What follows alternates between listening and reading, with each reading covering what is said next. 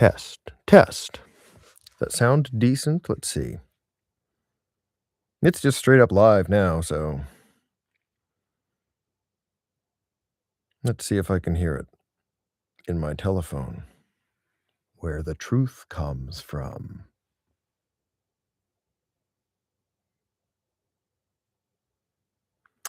If I'm right, we're about to hear some squealing. If I'm right, we're about to hear some squealing. Well, that's pretty bad. If I'm right, or not bad. We're about to hear some squealing. Oh, that's pretty bad. If I'm right, not bad. We're about to hear some squealing. Oh, that's pretty bad. If I'm right, not bad. About to hear some squealing. Oh, that's pretty bad. If I'm right, not bad. About to hear some squealing.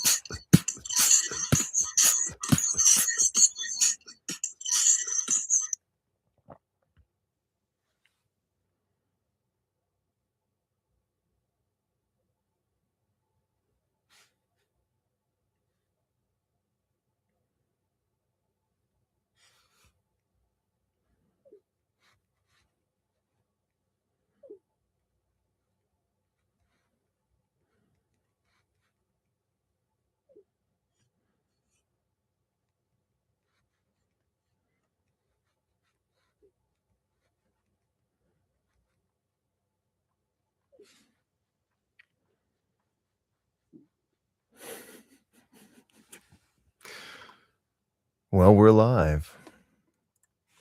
Welcome, everyone.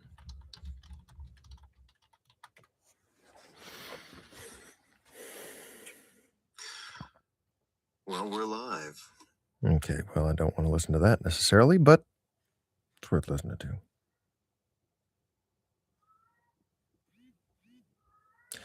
Yeah, I'm watching it, and it actually looks okay. I mean, it looks like I'm being held hostage in kind of like a very comfortable, padded cell, but that, that's actually pretty accurate. So by myself. That's the only person who's holding me hostage, really. But the cell is padded for audio purposes.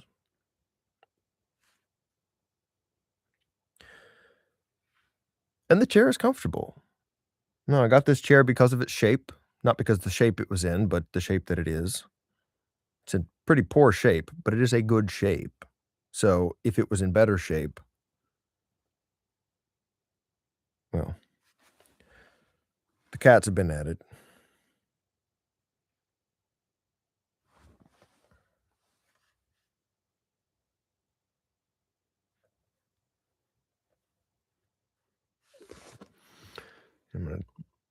I can go delete that other video.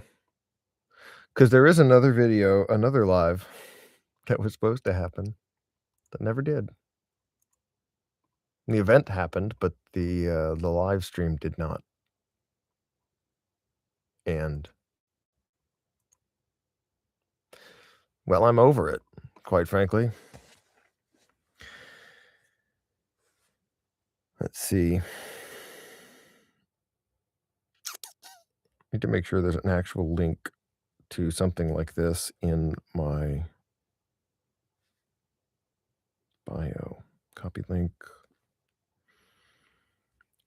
Too many buttons. Like, I can say it so quickly. Put a link to it in my bio, and I wish that I could just tell an intelligence. But I can't even tell my intelligence and successfully do that all the time. So what is the purpose? Where do I go here?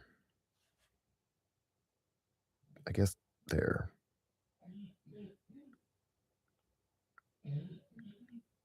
My child is coughing. Yeah, it'd be at the Seth Treon YT button. And then you'd go and you'd click. No, it wouldn't be there. Goodness gracious.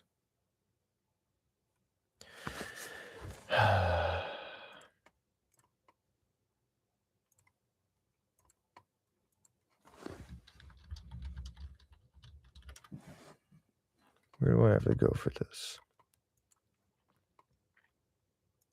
Log in. Share.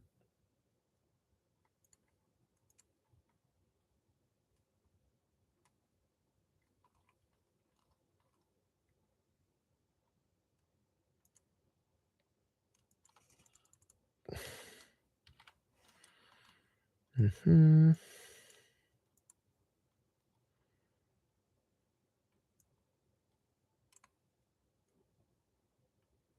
Okay, so now that link should be to Alive.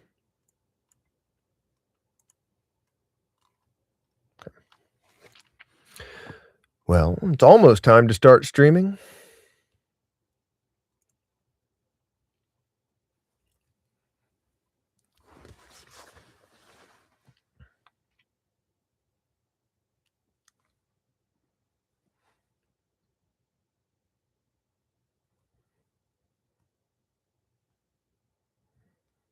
Goodness gracious, let me type something, you stupid machine.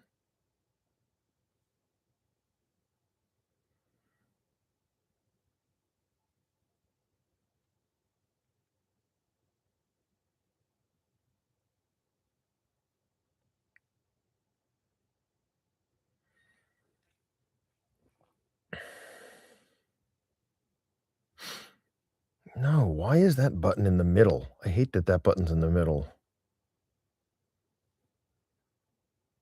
About to go live, reading Orthodoxy on YouTube Live.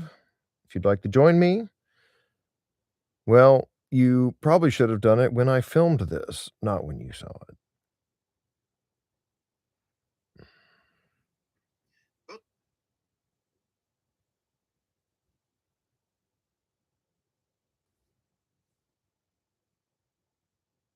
Performance review coming up today. Gotta be ready for anything because these conversations can be interesting. That's right, Davis. Davis Clark. Performance reviews are coming. We have to be ready. You ready for your performance review? Yeah, exactly. It's always 9 at Margaritaville. And I'm drunk out the back and have to find my way home.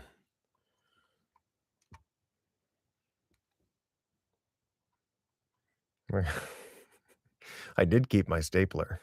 And if they take my stapler, ooh, watch out.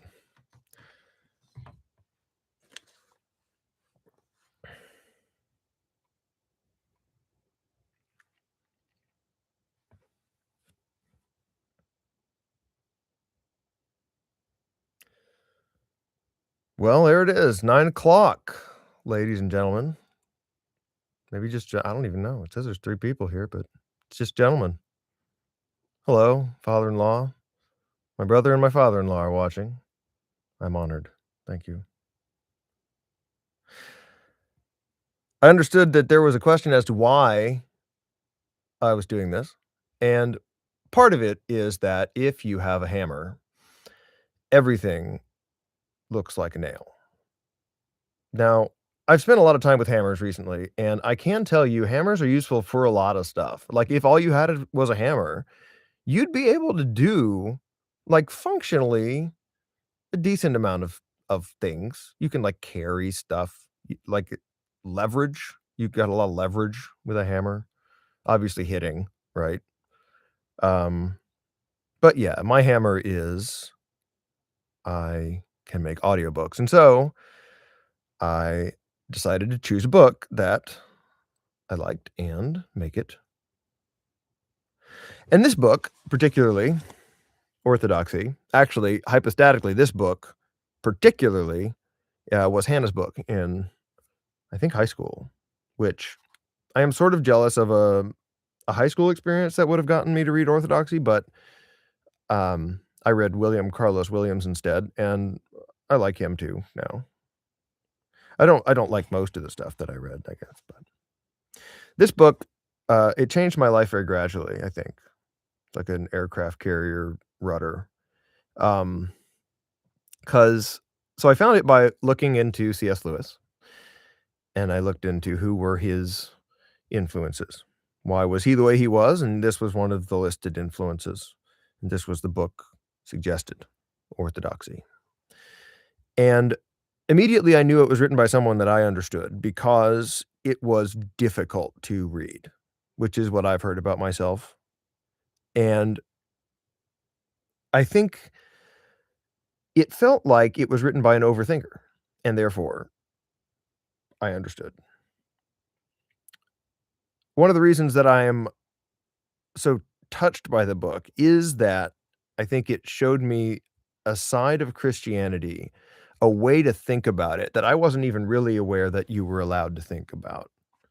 It is, I would call it a modern mysticism, maybe, but it's not really. It's just trying to talk about stuff in images, right?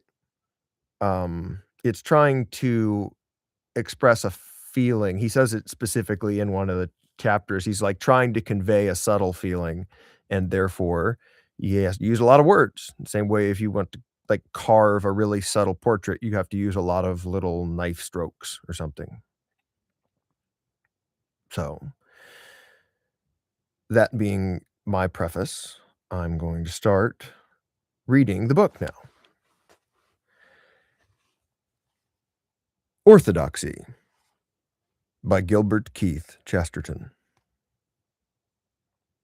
Chapter 1. Introduction, in defense of everything else. The only possible excuse for this book is that it is an answer to a challenge. Even a bad shot is dignified when he accepts a duel. When some time ago I published a series of hasty but sincere papers under the name of Heretics, several critics, for whose intellect I have a warm respect, I may mention specially Mr. G.S. Street, said that it was all very well for me to tell everyone to affirm his cosmic theory, but that I had carefully avoided supporting my precepts with example. I will begin to worry about my philosophy, said Mr. Street, when Mr. Chesterton has given us his. It was perhaps an incautious suggestion to make to a person only too ready to write books upon the feeblest provocation, but after all, though Mr. Street has inspired and created this book, he need not read it. If he does read it, he will find that in its pages I have attempted, in a vague and personal way, in a set of mental pictures, rather than in a series of deductions, to state the philosophy in which I have come to believe. I will not call it my philosophy, for I did not make it.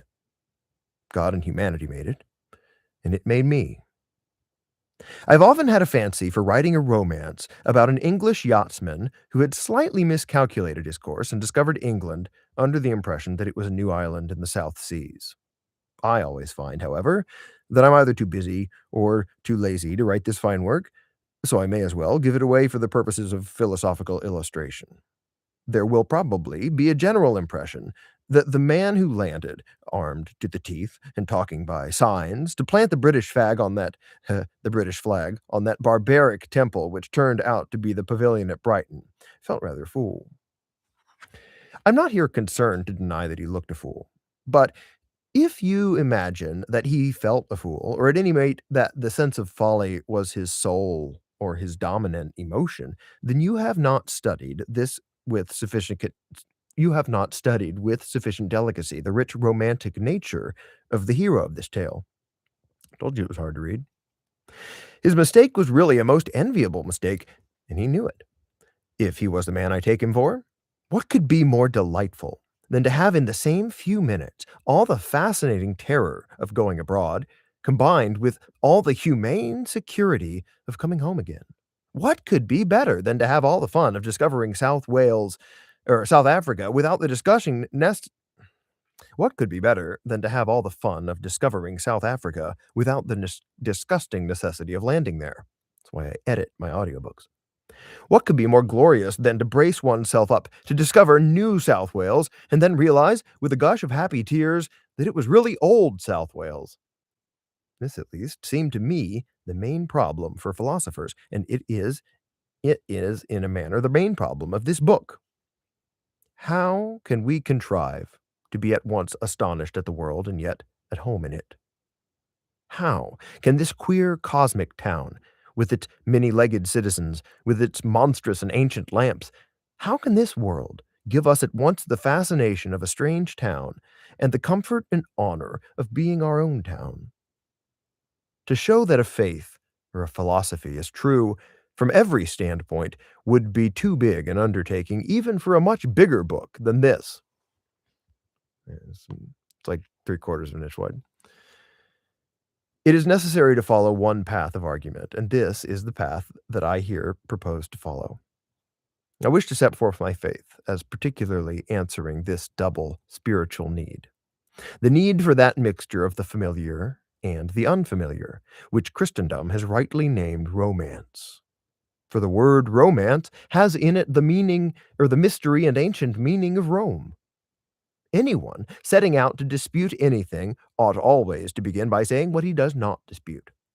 Beyond stating what he proves to prove, he should always state what he does not propose to prove. The thing I do not propose to prove, the thing I propose to take as a common ground between myself and any average reader, is this desirability of an active and imaginative life, picturesque and full of poetical curiosity, a life such as Western man, at any rate, always seems to have desired. If a man says that extinction is better than existence, or a blank existence better than variety and adventure, then he is not one of the ordinary people to whom I am talking. If a man prefers nothing, I can give him nothing. But nearly all people I've ever met in this Western society, that this life of in which I live, would agree to the general proposition that we need this life of practical romance, the combination of something that is strange with something that is secure. We need so to view the world as to combine an idea of wonder and an idea of welcome. We need to be as happy in this wonderland without once being merely comfortable. It is this achievement of my creed that I shall chiefly pursue in these pages. But I have a particular reason for mentioning the man in a yacht who discovered England. I think he says a peculiar reason. For I am that man in a yacht. I discovered England. I do not see how this book can avoid being egotistical, and I do not quite see, to tell the truth, how it can avoid being dull. Dullness will, however, free me from the charge which I most lament, the charge of being flippant. Mere light sophistry is the thing that I happen to despise most of all things, and it is perhaps wholesome fact that this is the thing of which I am generally accused. I know nothing so contemptible as a mere paradox, a mere ingenious defense of the indefensible. If it were true, as has been said, that Mr. Bernard Shaw lived upon paradox, then he ought to be a mere common millionaire, for a man of his mental activity could invent a sophistry every 6 minutes. It is as easy as lying, because it is lying. The truth is, of course, that Mr. Shaw is cruelly hampered by the fact that he cannot tell any lie unless he thinks it is the truth. I find myself under the same intolerable bondage. I never in my life said anything merely because I thought it was funny. Of- Though, of course, I have had ordinary human vainglory and may have thought it funny because I had said it. It is one thing to describe an interview with a gorgon or a griffin, a creature who does not exist. It is another thing to discover that the rhinoceros does exist, and then take pleasure in the fact that he looks as if he didn't. One searches for truth, but it may be that one pursues instinctively the more extraordinary truths. And I offer this book with the heartiest sentiments to all the jolly people who hate what I write and regard it, very justly, for all I know, as a piece of poor clowning or a single tiresome joke. For if this book is a joke, it is a joke against me. I am the man who, with the utmost daring, discovered what had been discovered before. If there is an element of farce in what follows, the farce is at my own expense. For this book explained how I fancied that I was the first to set foot in Brighton and then found I was the last. It recounts my elephantine adventures in pursuit of the obvious. No one can think my case more ludicrous than I think it myself. No reader can accuse me here of trying to make a fool of him. I am the fool of this story, and no rebel shall hurl me from my throne. I freely confess all the idiotic ambition of the end of the 19th century. I did, like all other solemn little boys, try to be in advance of the age. Like them, I tried to be some 10 minutes in advance of the truth, and I found that I was 1800 years behind it. I did strain my voice with a painfully juvenile exaggeration in uttering my truths, and I was punished in the fittest and funniest way. For I have kept my truths, but I have discovered not that they were not truths, but simply that they were not mine. When I fancied that I stood alone, I was really in the ridiculous position of being backed up by all Christendom. It may be, heaven forgive me, that I did try to be original, but I only succeeded in inventing all by myself an inferior copy of the existing traditions of civilized religion. The man from the yacht thought he was the first to find England. I thought I was the first to find Europe. I did try to found a heresy of my own, and when I had put the last touches to it, I discovered that it was orthodoxy. It may be that someone will be entertained by the account of this happy fiasco. It might amuse a friend or an enemy to read how I gradually learnt from the truth of some stray legend or from the falsehood of some dominant philosophy things that I might have learnt from my catechism if I had ever learnt it. There may or may not be some entertainment There may or may not be some entertainment in reading how I found at last in an anarchist club or a Babylonian temple what I might have found in the nearest parish church. If anyone is entertained by learning how the flowers of the field, or the phrases in an omnibus, an accident of politics, or the pains of youth came together in a certain order to produce a certain conviction of Christian orthodoxy, he may possibly read this book. But there is in everything a reasonable division of labor. I have written the book, and nothing on earth would induce me to read it. I add one purely pedantic note, which comes as a note naturally should, at the beginning of the book. These essays are concerned only to discuss the actual fact that the central Christian theology, sufficiently summarized in the Apostles' Creed, is the best root of energy and sound ethics. They are not intended to discuss the very fascinating but quite different question of what is the present seat of authority for the proclamation of that creed. When the word orthodoxy is used here, it means the Apostles' Creed, as understood by everybody calling himself Christian until a very short time ago, and the general historic conduct of those who held such a creed. I've been forced by mere space to confine myself to what I have got from this creed.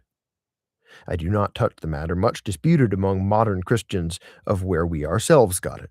This is not an ecclesiastical treatise, but a sort of slovenly autobiography.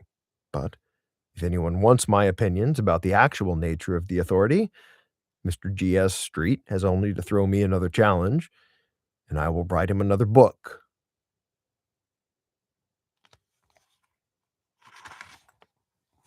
That was the first chapter. It was about 20 minutes long. I think that's what I promised.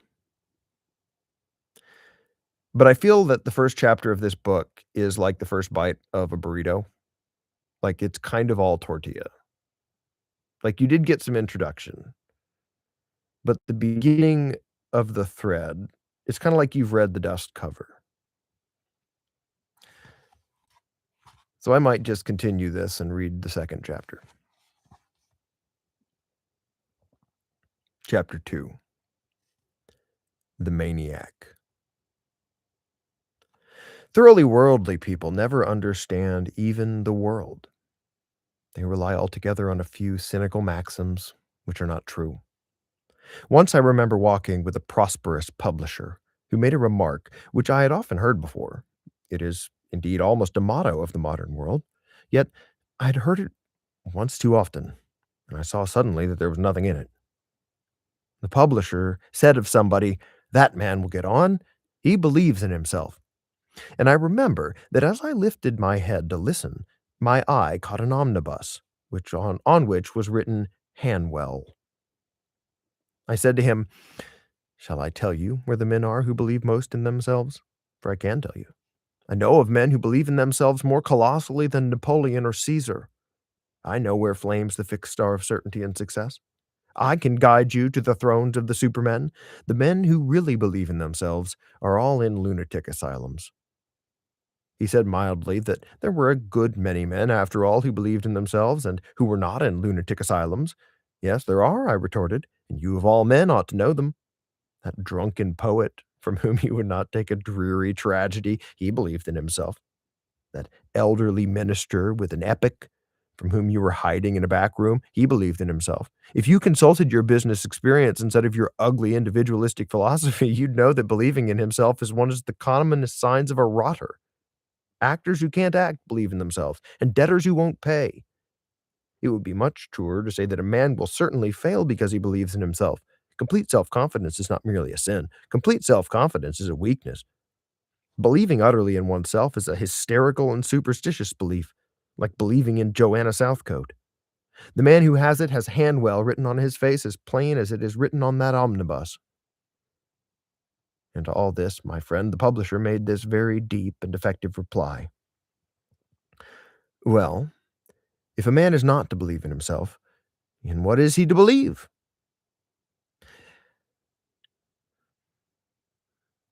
After a long pause, I replied, I will go home and write a book in answer to that question, and this is the book that I've written to answer it. But I think this book may well start where our argument started, in the neighborhood of the madhouse. Modern masters of science are much impressed with the need of beginning all inquiry with a fact. The ancient masters of religion were quite equally impressed with that necessity. They began with the fact of sin, a fact as practical as potatoes. Whether or no man could be washed in miraculous waters, there was no doubt, at any rate, that he wanted washing.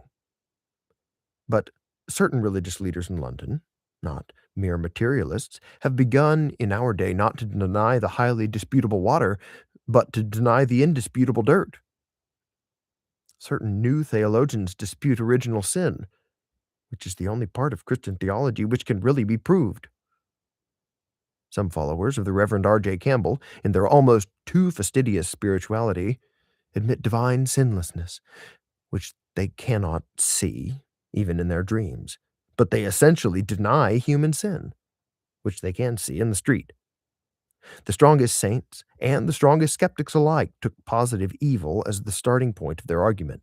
If it be true, as it certainly is, that a man can feel exquisite happiness in skinning a cat, then the religious philosopher can only draw one of two deductions. He must either deny the existence of God, as all atheists do, or he must deny the present union between God and man, as all Christians do. The new theologians seem to think it highly rationalistic solution to deny the cat. In this remarkable situation, it is plainly now not possible, with any hope of a universal appeal, to start, as our fathers did, with the fact of sin. This very fact, which was to them and is to me as plain as a pikestaff, is the very fact that has been specially diluted or denied. But though moderns deny the existence of sin, I do not think that they have yet denied the existence of a lunatic asylum. We all agree still that there is a collapse of the intellect as unmistakable as a falling house. Men deny hell, but not, as yet, Hanwell. For the purpose of our primary argument, the one may very well stand where the other stood. I mean that, as all thoughts and theories were once judged by whether they tended to make a man lose his soul, for our present purposes, all modern thoughts and theories may be judged by whether they tend to make a man lose his wits. It is true that some speak lightly and loosely of insanity as if in itself attractive, but a moment's thought will show that if a disease is beautiful, it is generally someone else's disease. A blind man may be picturesque, but it requires two eyes to see the picture. And similarly, even the wildest poetry of insanity can only be enjoyed by the sane. To the insane man, his insanity is quite prosaic, because it is quite true. A man who thinks himself a chicken is to himself as ordinary as a chicken. A man who thinks he is a bit of glass is to himself as dull as a bit of glass. It is the homogeneity of his mind which makes him dull, and which makes him mad. It is only because we see the irony of his idea that we think him even amusing. It is only because he does not see the irony of his idea that he is put in Hanwell at all. In short, oddities only strike ordinary people. Oddities do not strike odd people. That is why ordinary people have a much more exciting time, while odd people are always complaining of the dullness of life. That is also why the new novels die so quickly, and why the old fairy tales endure forever. The old fairy tale makes the hero a normal human boy. It is his adventures that are startling. They startle him because he is normal. But in the modern psychological novel, the hero is abnormal. The center is not central, hence the fiercest adventures fail to affect him adequately, and the book is monotonous. You can make a story out of a hero among dragons, but not out of a dragon among dragons. The fairy tale discusses what a sane man will do in a mad world.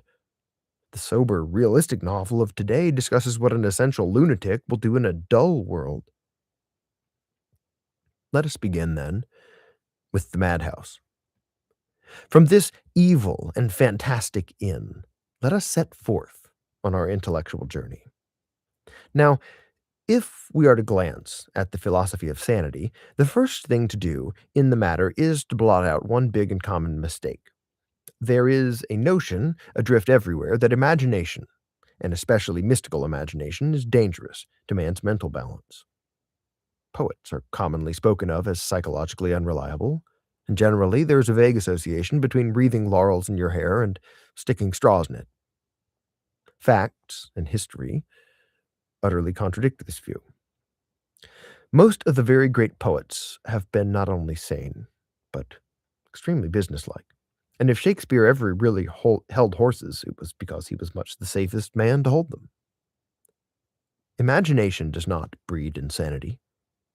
Exactly what does breed insanity is reason. Poets do not go mad. Chess players do. Mathematicians do go mad, and cashiers. But creative artists very seldom.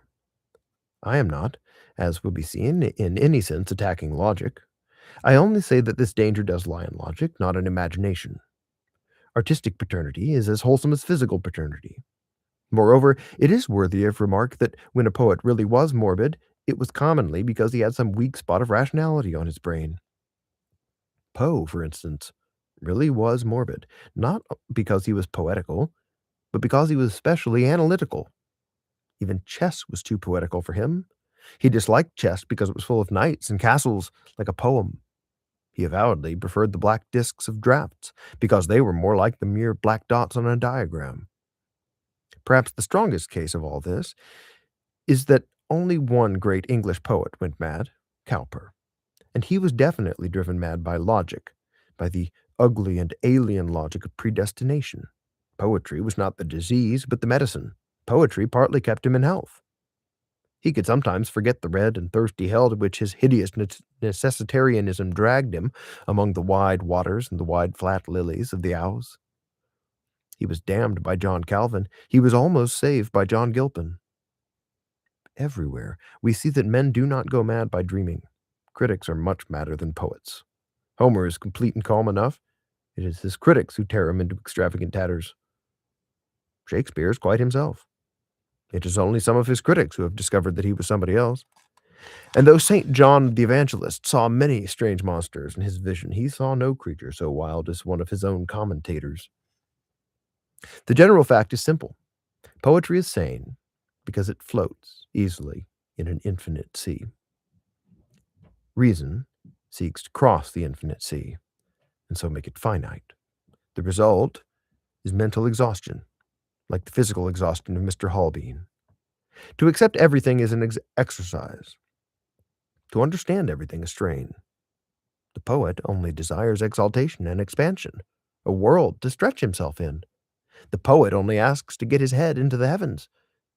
It is the logician who seeks to get the heavens into his head, and it is his head that splits. It is a small matter, but not irrelevant, that this striking mistake is commonly supported by a striking misquotation. We've all heard people cite the celebrated line of Dryden as, "Great genius is to madness near allied." But Dryden did not say that great genius was to madness near allied. Dryden was a great genius himself and knew better. It would have been hard to find a man more romantic than he, or more sensible. What Dryden said was this: great wits are oft to madness near allied, and that is true. It is the pure promptitude of the intellect that is in peril of a breakdown. Also, people might remember what sort of man Dryden was talking about. He was not talking of any unworldly visionary like Vaughan or George Herbert. He was talking of a cynical man of the world, a skeptic, a diplomatist, a great practical politician. Such men are indeed to madness near allied. Their incessant calculation of their own brains and other people's brains is a dangerous trade. It is always perilous to the mind to reckon up the mind. A flippant person has asked why we say as mad as a hatter. A more flippant person might answer that a hatter is mad because he has to measure the human head. And if great reasoners are often maniacal, it is equally true that maniacs are commonly great reasoners. When I was engaged in a controversy with the Clarion on the matter of free will, that able writer, Mr. R.B. Suthers, said that free will was lunacy because it meant causeless actions, and the actions of a lunatic would be causeless. I do not dwell here upon the disastrous lapse in determinist logic. Obviously, if any actions, even a lunatic's, can be causeless, determinism is done for. If the chain of causation can be broken for a madman, it can be broken for a man. But my purpose is to point out something more practical. It was natural, perhaps, that a modern Marxian socialist should not know anything about free will. But it was certainly remarkable that a modern Marxian socialist should not know anything about lunatics. Mr. Suthers evidently did not know anything about lunatics. The last thing that can be said of a lunatic is that his actions are causeless. If any human acts may be loosely called causeless, they are the minor acts of a healthy man, whistling as he walks, slashing the grass with a stick, kicking his heels, or rubbing his hands. It is the happy man who does the useless things. The sick man is not strong enough to be idle. It is exactly such careless and causeless actions that the madman could never understand. For the madman, like the determinist, generally sees too much cause in everything. The madman would read a conspiratorial significance into those empty activities. He would think that the lopping of the grass was an attack on private property. He would think that the kicking of the heels was a signal to an accomplice. If the madman could for an instant become careless, he would become sane. Everyone who has had the misfortune to talk with people in the heart or on the edge of mental disorder knows that their most sinister quality is a horrible clarity of detail, a connecting of one thing with another in a map more elaborate than a maze. If you argue with a madman, it is extremely probable that you will get the worst of it, for in many ways his mind moves all the quicker for not being delayed by the things that go with good judgment. He is not hampered by a sense of humor, or by charity, or by the dumb certainties of experience. He is the more logical for losing certain sane affections. Indeed, the common phrase for insanity is, in this respect, a misleading one. The madman is not the man who has lost his reason. The madman is the man who has lost everything except his reason. The madman's explanation of a thing is always complete, and often, in a purely rational sense, satisfactory. Or to speak more strictly, the insane explanation, if not conclusive, is at least unanswerable.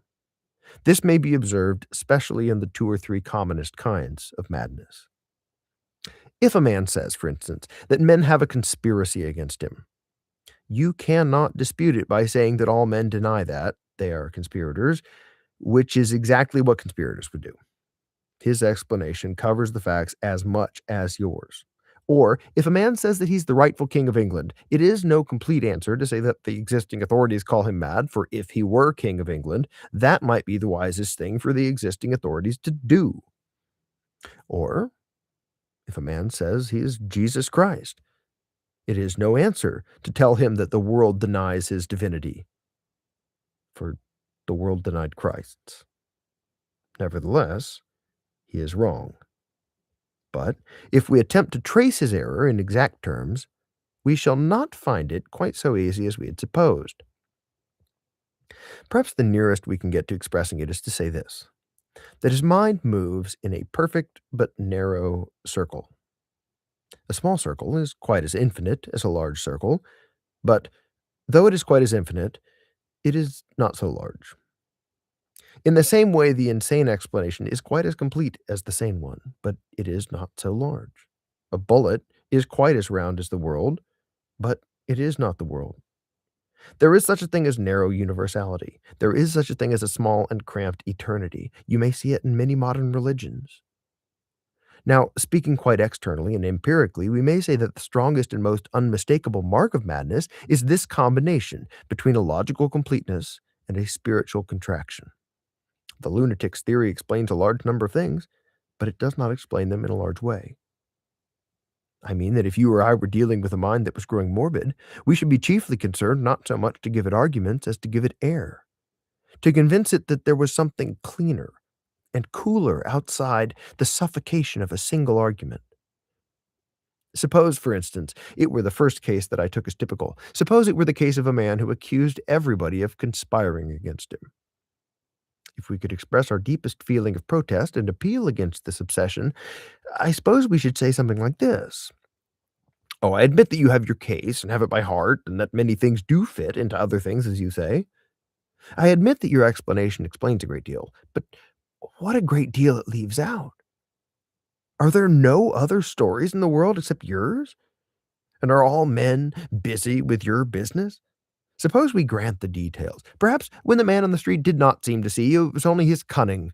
Perhaps when the policeman asked you your name, it was only because he knew it already.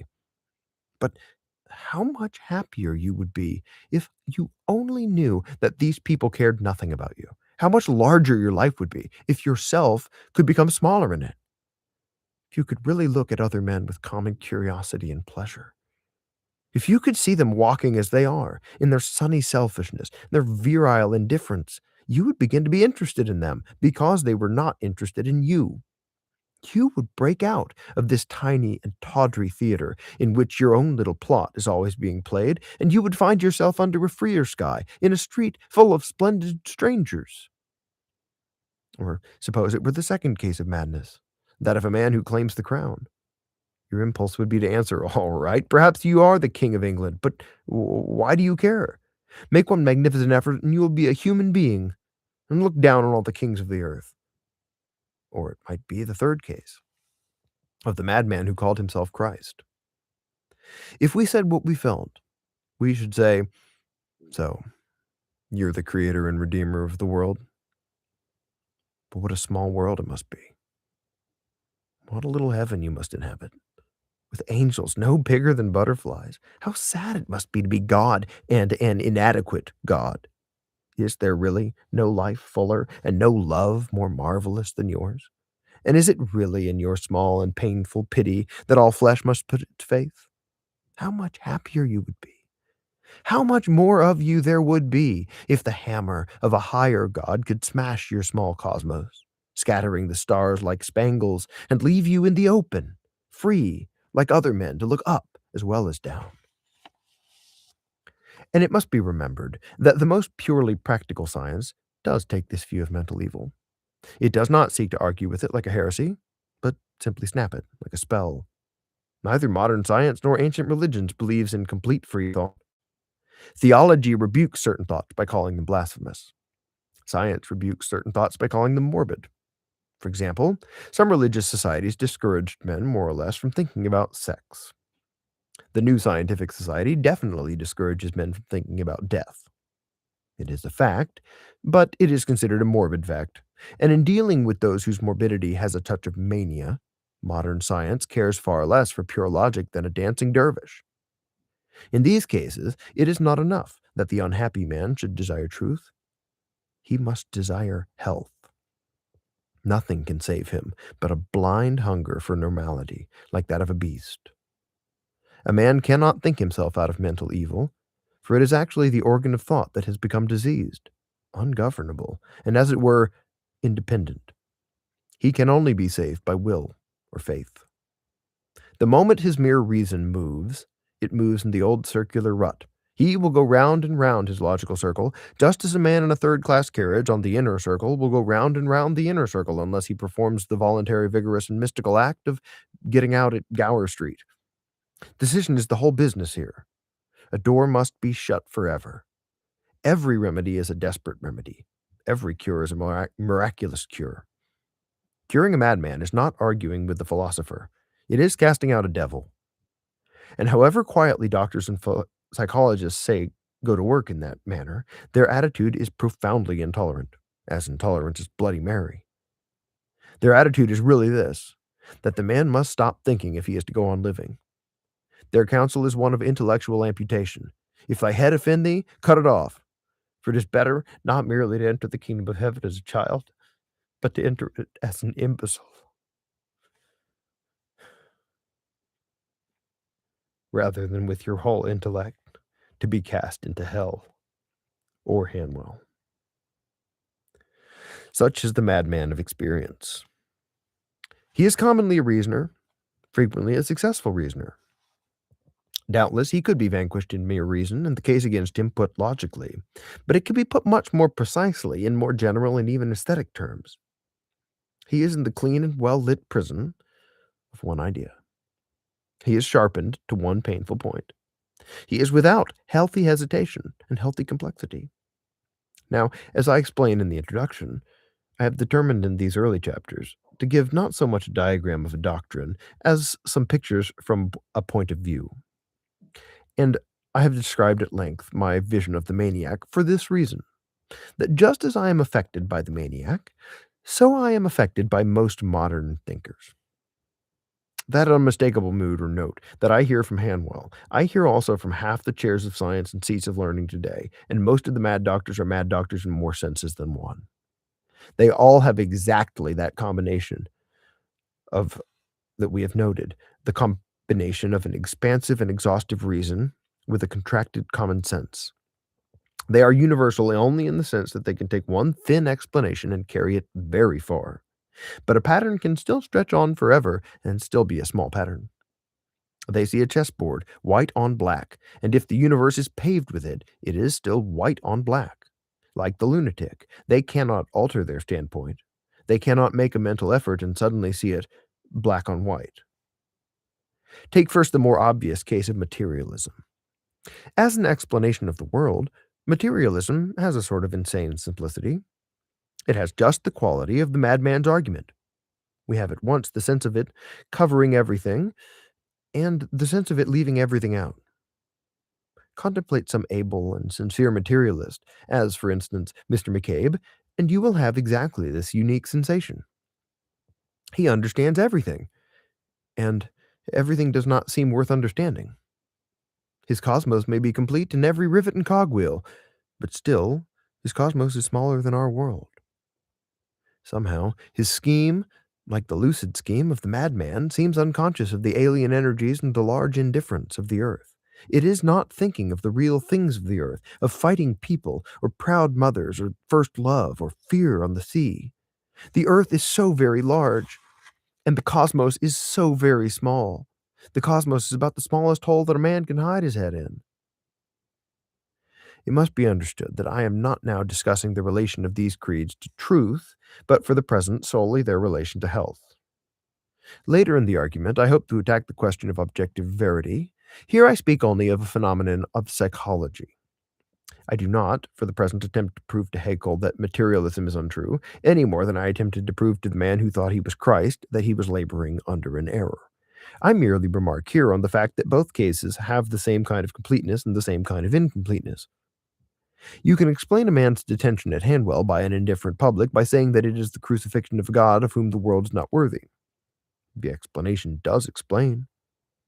Similarly, you may explain the order in the universe by saying that all things, even the souls of men, are leaves inevitably unfolding on an utterly unconscious tree, the blind destiny of matter. The explanation does explain, though not, of course, so completely as the madman's. But the point here is that the normal human mind not only objects to both, but feels to both the same objection. Its approximate statement is that if the man in Hanwell is the real God, he is not much of a God. And similarly, if the cosmos of the materialist is the real cosmos, it is not much of a cosmos. The thing is shrunk. The deity is less divine than many men, and according to Haeckel, the whole of life is something much more gray and narrow and trivial than even many separate aspects of it. The parts seem greater than the whole. For we must remember that the materialist philosopher, whether true or not, is certainly much more limiting than any religion. In one sense, of course, all intelligent ideas are narrow.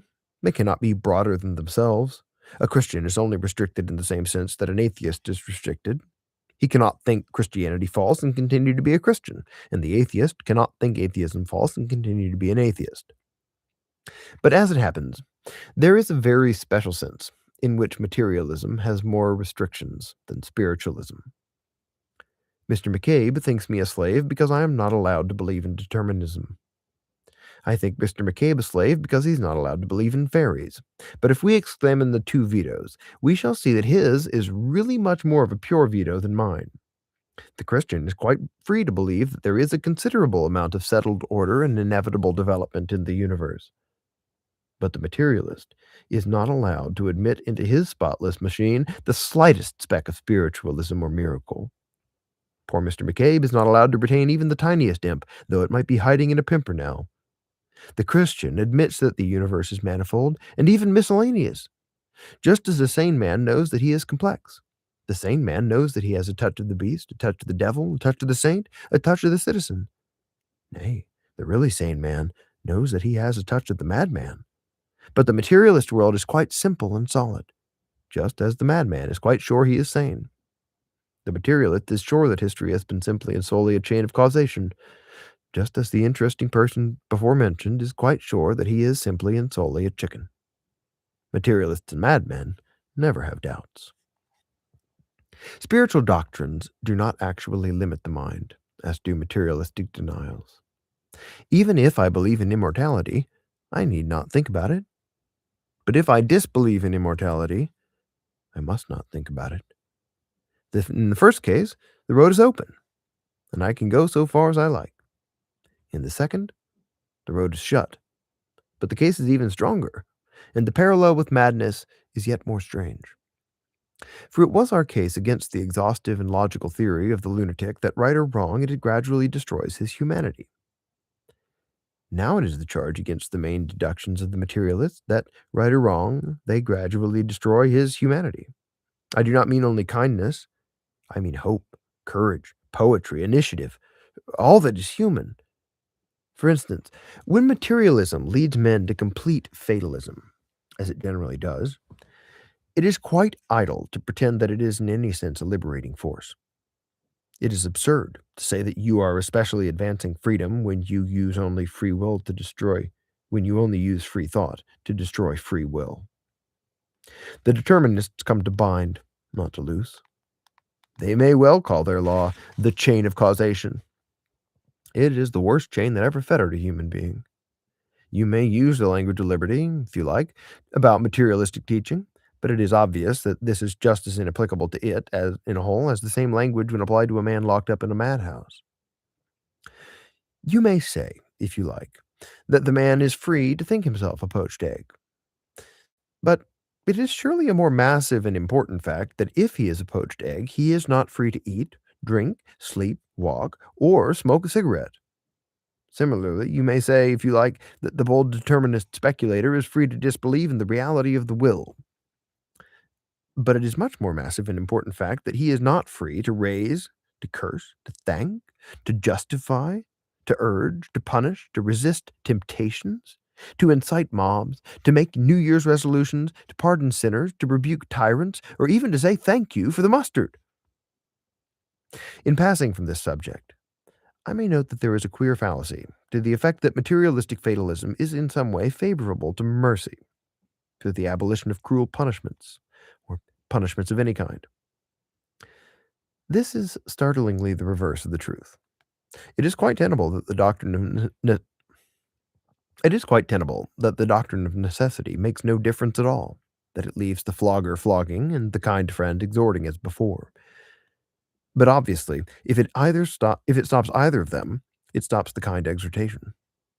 That the sins are inevitable does not prevent punishment. If it prevents anything, it prevents persuasion. Determinism is quite as likely to lead to cruelty as it is to lead to cowardice. Determinism is not inconsistent with the cruel treatment of criminals. What it is perhaps inconsistent with is the generous treatment of criminals, with any appeal to their better feelings or encouragement in their moral struggle. The determinist does not believe in appealing to the will, but he does believe in changing the environment. He must not say to the sinner, "Go and sin no more," because the sinner cannot help it. but he can put him in boiling oil, for boiling oil is an environment. Considered as a figure, therefore, the materialist has the fantastic outline of the figure of the madman. Both take up a position at once unanswerable and intolerable. Of course, it is not only of the materialist that all this is true. The same would apply to the other extreme of speculative logic. There is a skeptic far more terrible than he who believes that everything began in matter. It is possible to meet the skeptic who believes that everything began in himself. He does not doubt, he doubts not the existence of angels or devils, but the existence of men and cows. For him, his own friends are a mythology made up by himself. He created his own father and his own mother. This horrible fancy has in it something decidedly attractive to the somewhat mystical egoism of our day. That publisher who thought that men would get on if they believed in themselves, those seekers after supermen who are always looking for him in the looking glass, those writers who talk about impressing their personalities instead of creating life for the world. All these people have really only an inch between them and this awful emptiness. Then when this kindly world all round the man has been blackened out like a lie, when friends fade into ghosts and the foundations of the world fail, then when the man, believing in nothing and in no man, is alone in his own nightmare, then the great individualistic motto shall be written over him in avenging irony. The stars will be only dots in the blackness of his own brain. His mother's face will be only a sketch from his own insane pencil on the walls of his cell. But over his cell shall be written, with dreadful truth, he believes in himself. All that concerns us here, however, is to note that this pan-egoistic extreme of thought exhibits the same paradox as the other extreme of materialism. It is equally complete in theory and equally crippling in practice. For the state of simplicity, it is easier to state the notion by saying that a man can believe that he is always in a dream. Now, obviously, there can be no positive proof given to him that he is not in a dream, for the simple reason that no proof can be offered that might not be offered in a dream. But if a man began to burn down London and say that his housekeeper would soon call him to breakfast, we should take him and put him with other logicians in a place which has been often alluded to in the course of this chapter. The man who cannot believe his senses and the man who cannot believe anything else are both insane. But their insanity is proved not by any error in their argument, but by the manifest mistake of their whole lives. They have both locked themselves up in two boxes, painted inside with the sun and stars, and they are both unable to get out, the one into health and happiness of heaven, the other even into the health and happiness of the earth. Their position is quite reasonable. Nay, in a sense, it is infinitely reasonable, just as a threepenny bit is infinitely circular. But there is such a thing as a mean infinity, a base, slavish eternity. It is amusing to notice that many of the moderns, whether skeptics or mystics, have taken as their sign a certain Eastern symbol, which is the very symbol of this ultimate nullity. When they wish to represent eternity, they represent it by a serpent with his tail in its mouth. There's a startling sarcasm in the image of this very unsatisfactory meal. The eternity of the material fatalists, the eternity of the Eastern pessimists, the eternity of the supercilious theosophists and higher scientists of today is, indeed, very well presented by a serpent eating his tail, a degraded animal who destroys even himself. This chapter is purely practical, and is concerned with what actually is the chief mark and element of insanity. We may say in summary that it is reason used without root, reason in the void. The man who begins to think without the proper first principles goes mad. He begins to think at the wrong end. And for the rest of these pages, we have to try and discover what is the right end. But we may ask in conclusion, if this be what drives men mad, what is it that keeps them sane? By the end of this book, I hope to give a definite, some will think a far too definite, answer. But for the moment, it is possible, in the same solely practical manner, to give a general answer touching what in actual human history keeps men sane. Mysticism keeps men sane. As long as you have mystery, you have health. When you destroy mystery, you create morbidity. The ordinary man has always been sane because the ordinary man has always been a mystic. He has permitted the twilight. He has always had one foot in earth and the other in fairyland. He has always left himself free to doubt his gods, but unlike the agnostic of today, free also to believe in them. He has always cared more for truth than for consistency. If he saw two truths that seemed to contradict each other, he would take the two truths and the contradiction along with them. His spiritual sight is stereoscopic, like his physical sight. He sees two different pictures at once, and yet sees all the better for that. Thus, he has always believed that there was such a thing as fate, but such a thing as free will also. Thus, he believed that children were indeed the kingdom of heaven, but nevertheless ought to be obedient to the kingdom of earth. He admired youth because it was old, and age because it was not. It is exactly this balance of apparent contradiction which has been the whole buoyancy of the healthy man. The whole secret of mysticism is this, that man can understand everything by the help of what he does not understand. The morbid logician seeks to make everything lucid, and succeeds in making everything mysterious. The mystic allows one thing to be mysterious, and everything else becomes lucid. The determinist makes the theory of causation quite clear, and then he finds he cannot say, "if you please," to the housemaid. The Christian permits free will to remain a sacred mystery, but because of this, his relations with the housemaid become of a sparkling and crystal clearness. He puts the seed of dogma in a central darkness, but it branches forth in all directions with abounding natural health. As we have taken the circle as the symbol of reason and madness, we may very well take the cross as the symbol at once of mystery and of health. Buddhism is centripetal, but Christianity is centrifugal. It breaks out. For the circle is perfect and infinite in its nature, but it is fixed forever in its size. It can never be larger or smaller. But the cross, though it has at its heart a collision and a contradiction, can extend its four arms forever without altering its shape. Because it has a paradox in its center, it can grow without changing. The circle returns upon itself and is bound. The cross opens its arms to the four winds. It is a signpost for free travelers. Symbols alone are of even a cloudy value in speaking of this deep matter, and another symbol from physical nature will express sufficiently well the real place of mysticism before mankind.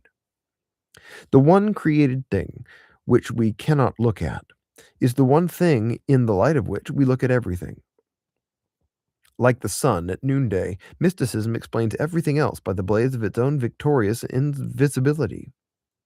Detached intellectualism is, in the exact sense of a popular phrase, all moonshine, for it is light without heat, and it is secondary light, reflected from a dead world. But the Greeks were right when they made Apollo the god both of imagination and of sanity, for he was both the patron of poetry and the patron of healing. Of necessary dogmas and a special creed I shall speak later. But that transcendentalism by which all men live has primarily much the position of the sun in the sky. We are conscious of it as of a kind of splendid confusion. It is something both shining and shapeless, at once a blaze and a blur. But the circle of the moon is as clear and unmistakable, as recurrent and invisible as the circle of Euclid on a blackboard. For the moon is utterly reasonable, and the moon is the mother of lunatics, and has given them all her name. That was chapter 2. Next Friday, I plan to read chapter 3, The Suicide of Thought.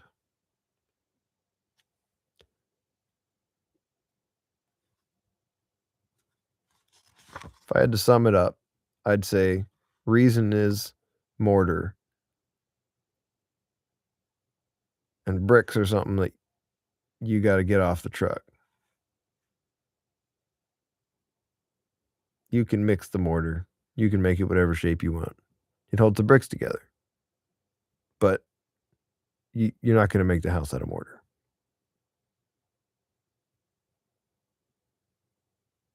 Anyhow, thank you. God bless you all.